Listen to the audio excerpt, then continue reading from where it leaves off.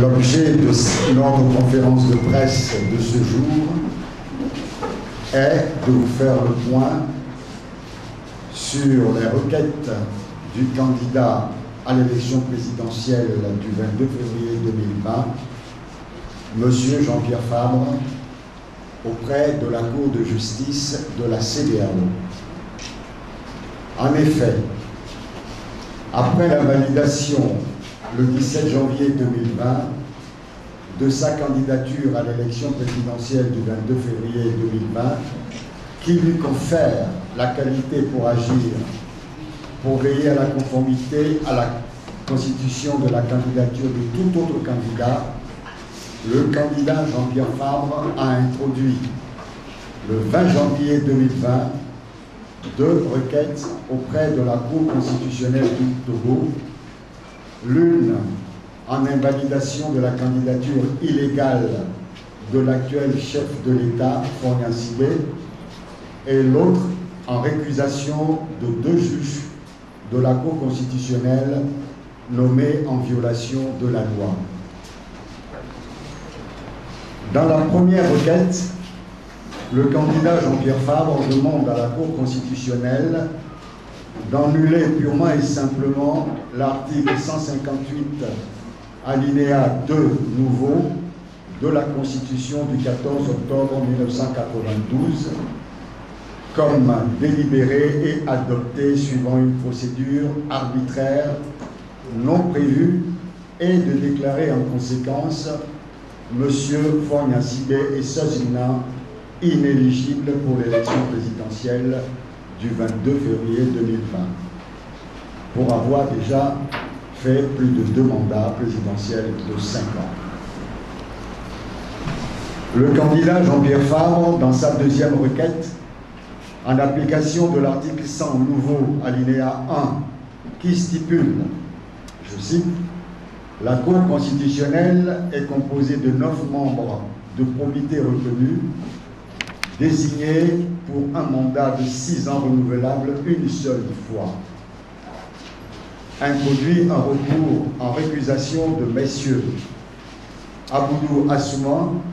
et Kwame Amadou Djoko, membres de la Cour constitutionnelle qui ont déjà fait plus de 2 mandats à la Cour constitutionnelle avant leur désignation en décembre 2019. C'est sans surprise que la Cour constitutionnelle aux ordres a rejeté les 2 requêtes, manifestement avec la volonté de couvrir les graves irrégularités invoquées par le candidat Jean-Pierre Fabre. Les faits ci-dessus rappelés ont été régulièrement portés à la connaissance de l'opinion nationale et internationale, et particulièrement à la connaissance des partis de l'opposition au cours de la conférence de presse du 22 janvier 2020 par le candidat Jean-Pierre Fabre. Il annonçait à cette occasion sa volonté de porter ses griefs devant les juridictions internationales, notamment devant la Cour de justice de la CEDEAO. Se fondant sur l'inégalité criarde de droits des citoyens introduite par la composition de la Cour constitutionnelle, le candidat Jean-Pierre Fabre saisit la Cour de justice de la CEDEAO le 3 février 2020,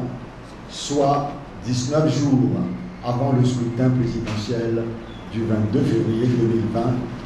d'une première requête visant à obtenir la reprise de la procédure de composition et d'installation de la Cour constitutionnelle, ainsi que le vote de la loi organique numéro 2019/023 du 23 décembre 2019 sur la Cour constitutionnelle en respectant les instruments internationaux des droits de l'homme. Le 7 février 2020, le candidat Jean-Pierre Fabre a saisi la Cour de justice de la CEDEAO d'une autre requête visant à obtenir l'invalidation de la candidature sans fondement légal du chef de l'État sortant, M. Faure Gnassingbé Essozina, qui briguait un 4e mandat présidentiel nonobstant la limite à 2 mandats prévus par la Constitution de la République togolaise. Cette deuxième requête est toujours pendante devant la Cour de la CEDEAO, qui a indiqué qu'elle se prononcera le 17 juin 2022. Après plus de 2 ans, dans sa décision rendue le 22 mars 2022 à Accra, Ghana, relative à la première requête du candidat Jean-Pierre Fabre au sujet de l'illégalité de la composition de la Cour constitutionnelle, la Cour de justice de la CEDEAO, en réponse à l'État togolais qui a plaidé l'incompétence de la Cour pour examiner la requête portant sur la matière électorale, s'est déclarée parfaitement compétente pour connaître du litige, mais a estimé que le requérant n'a pas apporté la preuve de préjudice direct et personnel subi du fait de la composition de la dite Cour constitutionnelle togolaise et a rejeté la requête du candidat Jean-Pierre Fabre.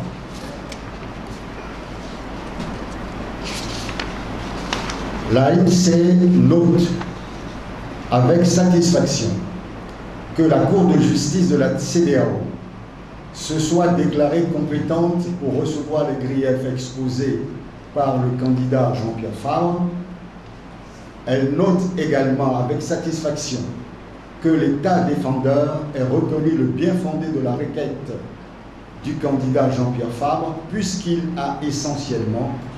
plaidé l'incompétence de la Cour à statuer sur la requête dont elle est saisie, sans s'immiscer dans les élections en République togolaise, ajoutant même que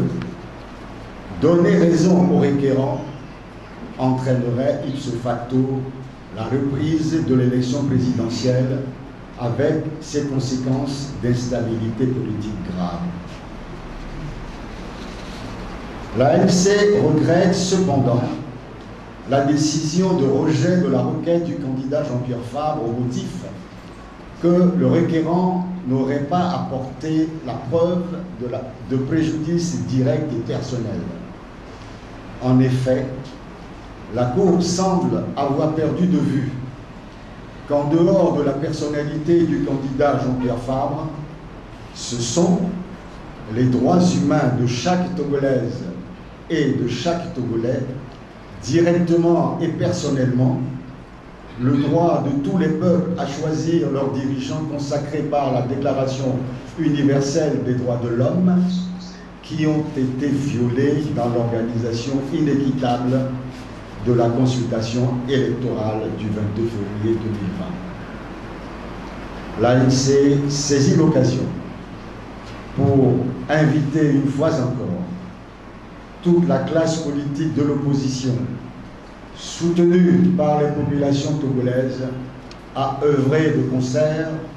pour obtenir des réformes profondes du cadre électoral permettant des élections libres et équitables au Togo. Fait Taloumé, le 13 janvier 2022, pour le Bureau national, le vice-président Patrick Lodson Bankou. Je vous remercie.